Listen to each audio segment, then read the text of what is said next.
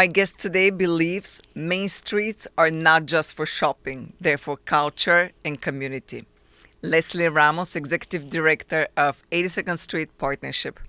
Leslie, thank you for coming. Thank you for having me. It's a great pleasure to be here today. What does a healthy commercial district looks like for you?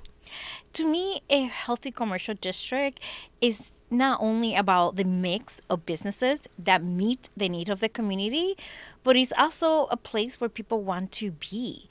It is where neighbors meet each other. It is where you can just run your all your errands, but at the same time stop and have coffee with your neighbors or your friend, where you can meet people and you can exchange music. You could exchange conversations about politics or football. I think that is a healthy to me a Main Street. It's not just a place where you just stop for a second and run an errand. It's a place where you enjoy yourself and enjoy who you are and the people that are around you. And what does that look like on 82nd Street? Because for our viewers who don't know, I happen to live in that area, on that street, actually, 82nd Street in Jackson Heights. But a lot of people don't know. So, how that looks like on 82nd Street, and explain what 82nd Street is. So I'll start with who we are. 82nd Street is a commercial district. Our organization is a business improvement district that provides supplemental services to the district. So we do beautification. That means we do that planting. We do tree guards. I mean, we do holiday lightings. We maintain the street infrastructure, meaning the benches. And we make sure that the city is paying attention to our district's needs. But we go beyond that. We also help our small businesses. We connect them with government services, to other nonprofits. We advocate for small businesses and just in general for a healthy commercial activity. We happen to be very lucky that our district, even though we are one of the smallest in the city of New York, our district has everything that you will need. From you can go to the bank, pay your utility bills, you can go to your doctor, and at the same time you can shop from a small retailer, at the same time go to a large national retailer. And that is very, very, very unique, especially for a small business improvement district like we are. But then if you come in the afternoon especially, you will see neighbors congregating around our benches and talking and having wonderful conversations. When we do our planting throughout the district, we relied on volunteers. While most of our colleagues around the city paid a contractor, we don't have to, because we just have so many people that want to contribute. And I think that is part of what makes us unique. In the spring and in the summer, we have a park where we provide activities from the youth to the elderly. We do have a large in place elderly community that is the only form of entertainment. So we bring them to them. We connect with the community through their culture as well as their needs. So that's why we also not only do music, but we also will do like healthy eating classes.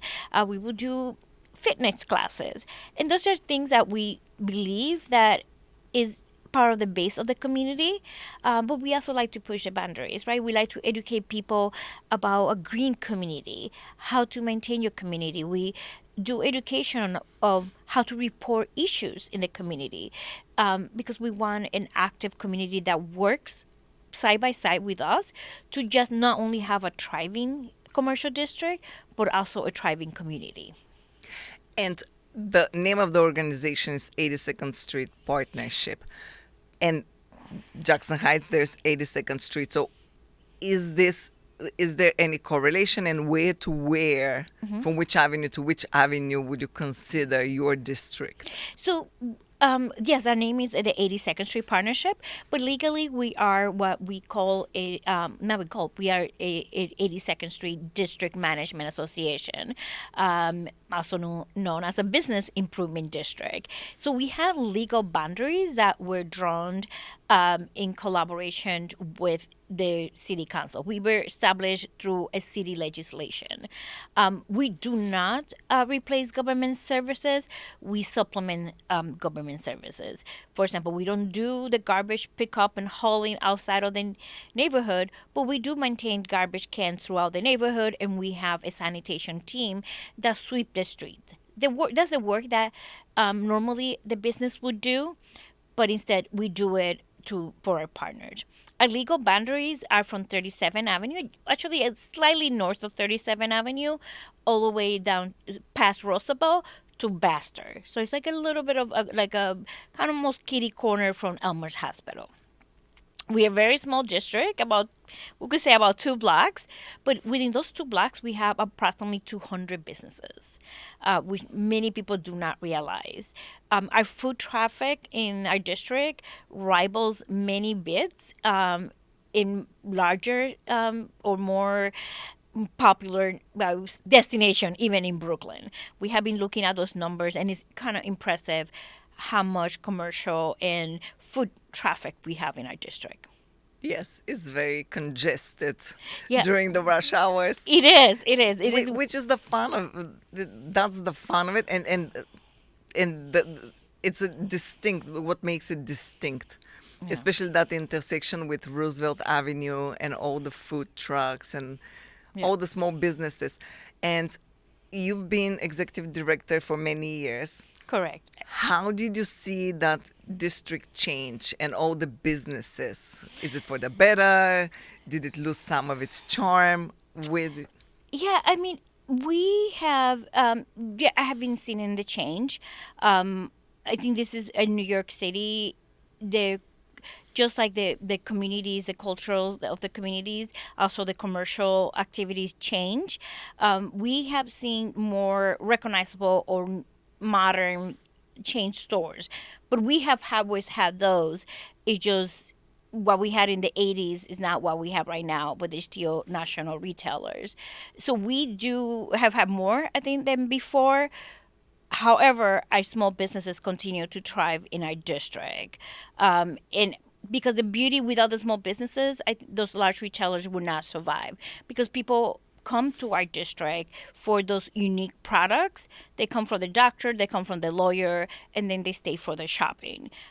Because to be honest, they can go to other neighborhoods for those retailers, but having that cultural blending in that our small businesses provide is what makes us unique and what makes people want to come to 82nd Street. We have people that come all the way from the tri-state area, and let's be honest, they don't come from the large retailers. They come from the empanadas. They might come from their lawyer who speaks Spanish or the doctor who speaks Spanish, and then they stayed for the rest. So that is, I think, what makes us unique. We have gone through multiple crises. I think right now is probably one of the most challenging times that we have seen with the attack on the immigrant, especially the Latino population. We have seen, I'm not only seen it, but we have heard from a lot of our businesses that commerce is down. The Latino community is the bread and butter of 82nd Street. And when they're afraid to come out, our small businesses suffer. And not only, actually, I shouldn't say small businesses, all the businesses along 82nd Street suffer. So that is, a huge challenge that we still trying to figure out how to tackle and how to help. When the pandemic happened, we partner with Foundation, the Van Allen Institute, and the Urban Design Forum, and we help the businesses build outdoor dinings. We help them file for grants and loans, and all the businesses that we help survive the pandemic. This is a whole new challenge that we still don't have an infrastructure at the city level or state level to help the businesses that are going to be suffering because the attack on our community. Yeah, those are challenging times. And I want to go a little bit back with your career journey and talk about why did you join 82nd Street Partnership, and what looked like your career before that? Yeah. So before I joined the 82nd Street Partnership, I had worked in government. I'd we talked about this before, where early on in my career, I started in the social service field, and there it was a little bit frustrating. Me coming from a Latino poor community, seeing that the system and the rules that were established did not really meet or understood their clients that they were serving. Most of my friends went into social work school, and I'm like, no, I'm going to be and change the entire system. But that led me into public management, and that also led me to be more interested in economic development and community development and public finance, based on my experience of growing up in a community that there was always part of urban redevelopment. And after many years in working in government, I missed that connection at the community level. So when this position came up, a friend called me and said, "Hey, do you see this?" And it was not only working with in the ground; it was also working with the Latino community. At that time, there was a lot of conversation of how a community should be looking, what it meant to be, was going to be the impact of beautification in the community. And I said, I want to be part of that conversation. I wanted to be part of elevating our community. I believe that beautification doesn't lead to gentrification. I believe that we need to be working for having a strong economic opportunities for a community, but we also have to have healthy, green, beautiful community that impact the perception of our youth, and that impacts the mental health of our community. So I don't that that's what is the controversy is kind of, and working with the Latino community is what kind of attracts me to the position. Do you think you made the right choice not going into social work? Do you ever regret it? Um, no, I think I made the right decision. Personally, I'm an empath, and it was always very difficult for me to separate my emotions and my feelings from that of my clients. And that is not the best skill to be working in direct service, in social service. I admire those people who are committed to the causes and are able to, separate, compartmentalize, and just happen not to be that person. But I don't regret it at all. I think I have also opened the door for others to see that giving back to the community comes in different forms. So I'm happy with my career path. And in 82nd Street Partnership, I'm assuming you work with other organizations in the community. What other organizations in Jackson Heights do you partner with? I know there's one, the Beautification Group. Speaking of beautification, Yes. is that one of them? Yeah, so I have to say, like, people always ask me how I do so much with so little. We have a very tiny budget for an organization, and the reason I'm able to do so much with so little is because of partners. We partnered with the 34th Avenue Coalition. When it comes to like a small business assistant, we work with a company capital. We work with the Queens Business Chamber, with Queens EDC, Elmhurst Hospital. And I feel that these organizations, they're like kind of our tentacle that allows to reach a broader audience. Whenever I get a grant that I feel like we can share outside of our community, I will reach out to a company capital to make sure that we can have, you know, help also the South Asian community. So it is those partners that have make us a successful organization. And are those partnerships help build the community connections? Uh, In- yeah, I think that they have.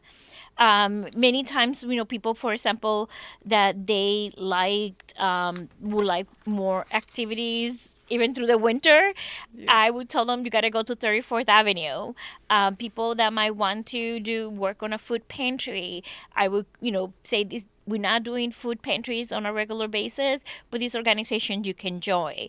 When we have small businesses that need assistance, I will reach out to the other organizations in the neighborhood. So it's not, even though we're doing referrals, they also help us build that trust with our community. And so whenever we need something, we also get on the phone and say, I need volunteers. And them, along with the volunteers that hear about what we need through social media, we create a very robust team. So if somebody wants to volunteer or be involved in the community, like Mm-hmm. I live in Jackson Yeah. Heights, and I know the Lions food pantry Yep. in the church, they seek volunteers, Mm-hmm. but sometimes you don't know where to look for volunteering opportunities.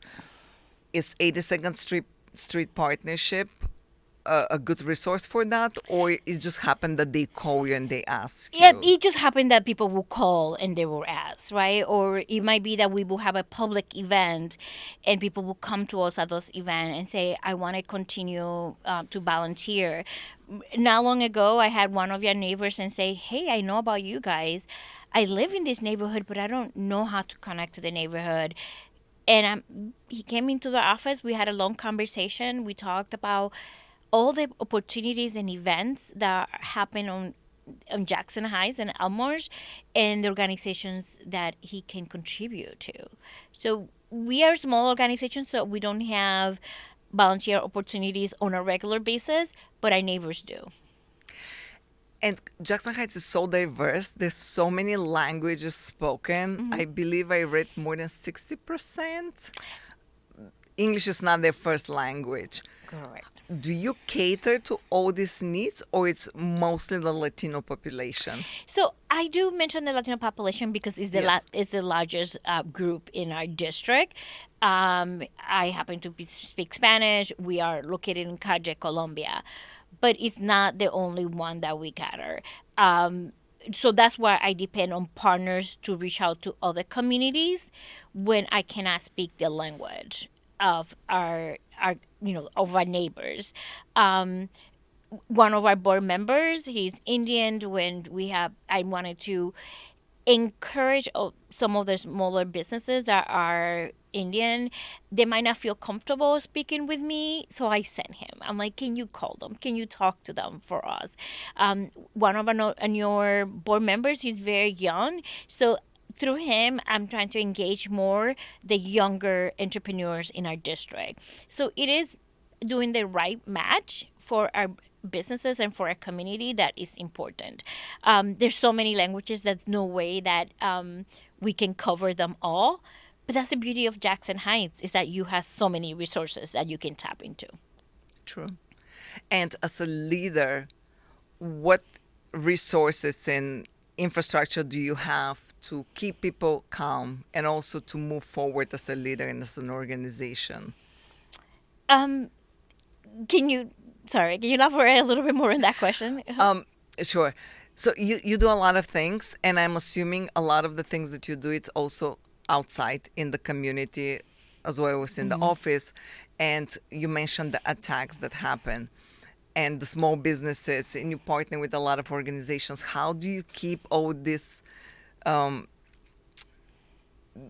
balanced and towards a certain goal?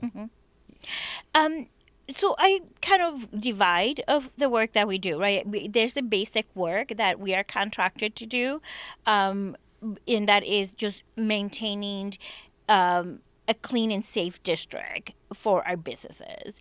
And then the next layer that I would have is making sure that we have resilient businesses in our district, because if those are kind of like the base of what we do, and then I make sure I have a connection with our businesses and I hear from them so I can advocate.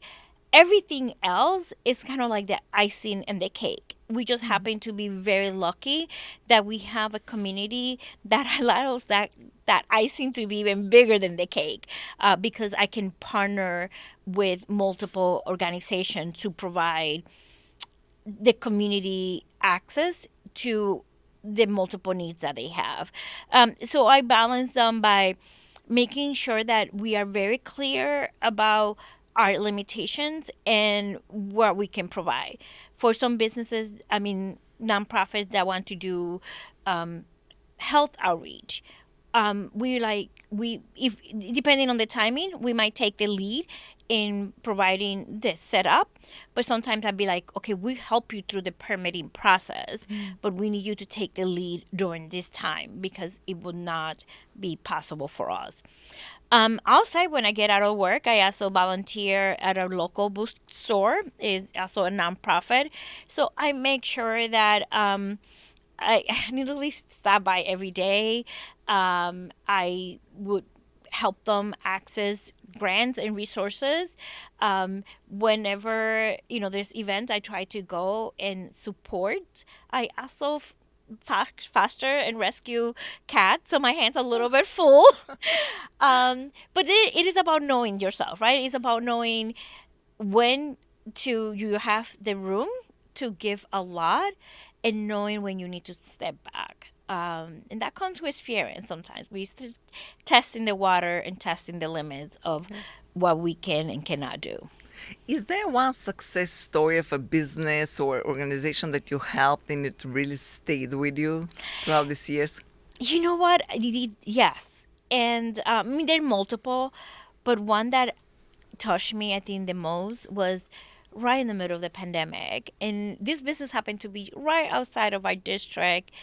And I had the opportunity to help our business, like the most vulnerable businesses build outdoor dining. Like we were very selective. We wanted to help those that we knew didn't have the funds or the language skills to apply for outdoor dining.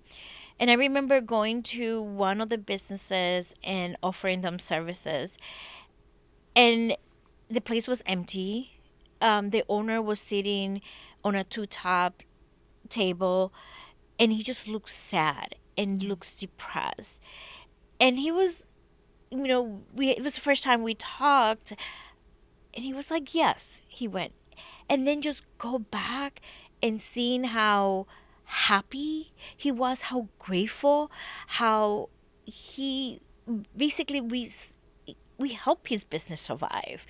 And it also happened that at the same time his wife was going through cancer there, and it was like that I would stay with me because it was the moment, the face, this expression that I cannot get out of my head no matter how much time passes, because it's like desperation to joy, and it's very few opportunities, and hopefully it's something that I don't want it to be need to repeat, but it's something that makes me very grateful for not only the work that I do, the passion that I have to help people, but also to those partners that came to the table and gave me a call and said, how can we help?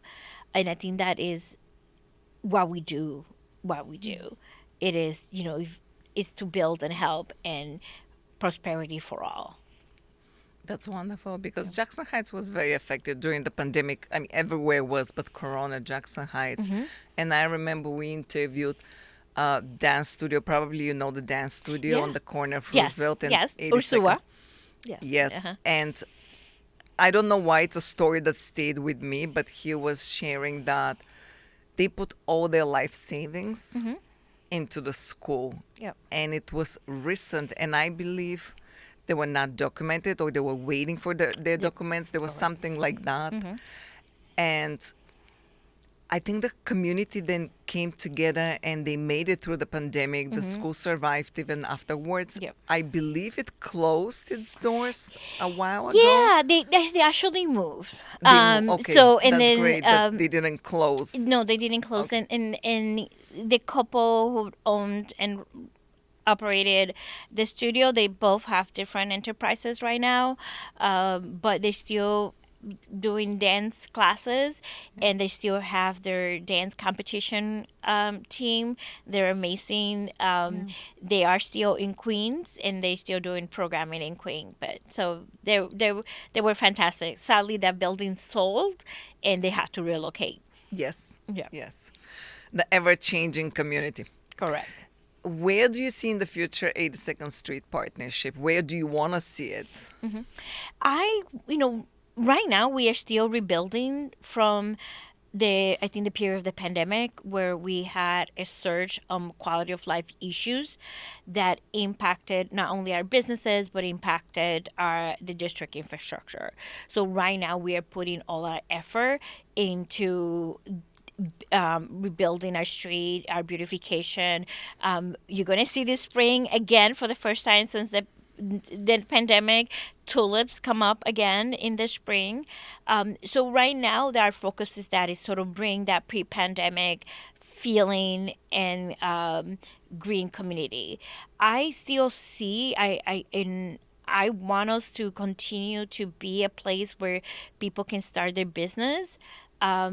We lost some of the elders during the pandemic that kind of retire. So I want to see more of the youth, more of the bilingual people coming and choosing our district to start their business and to be there.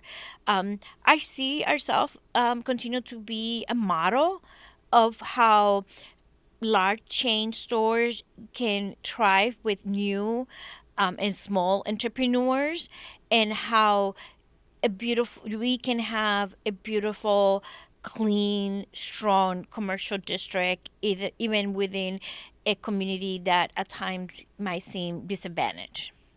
Great. Looking forward to that. Thank you. Thank you. Since I live in the area. I know, yes.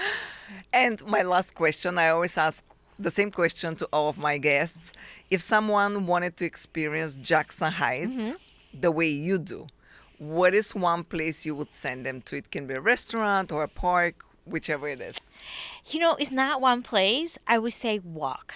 I would start, maybe go up 73rd Street and then continue walking down the district, because it's so beautiful how, and I experience this on a daily basis, how you go from basically one culture, one language, another culture, another language.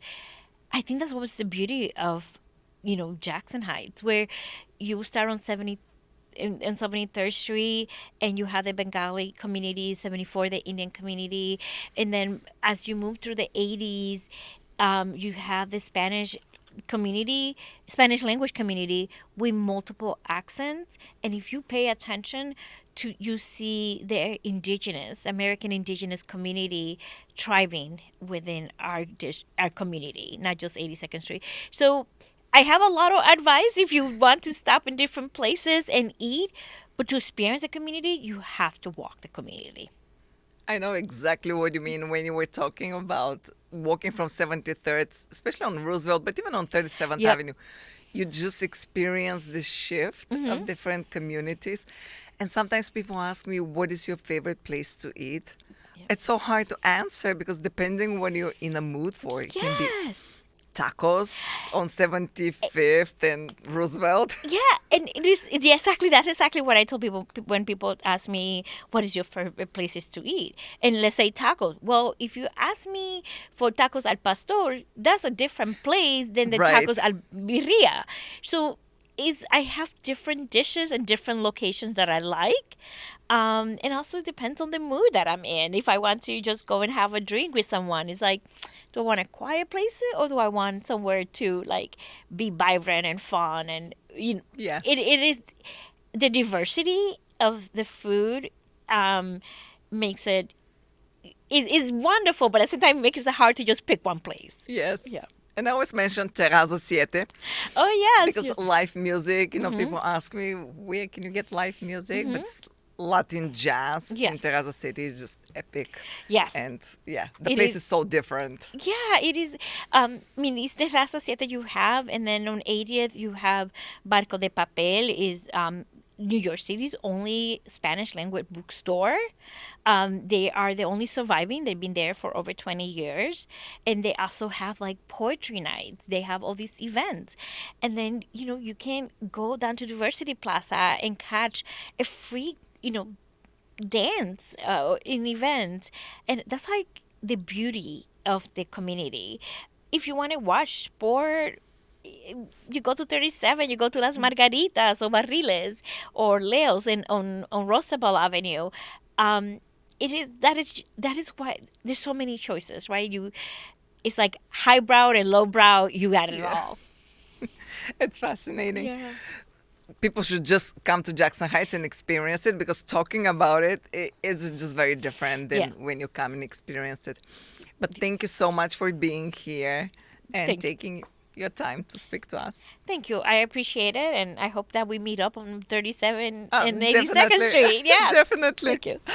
That's it for today's show. I'll see you next time on Around Queens.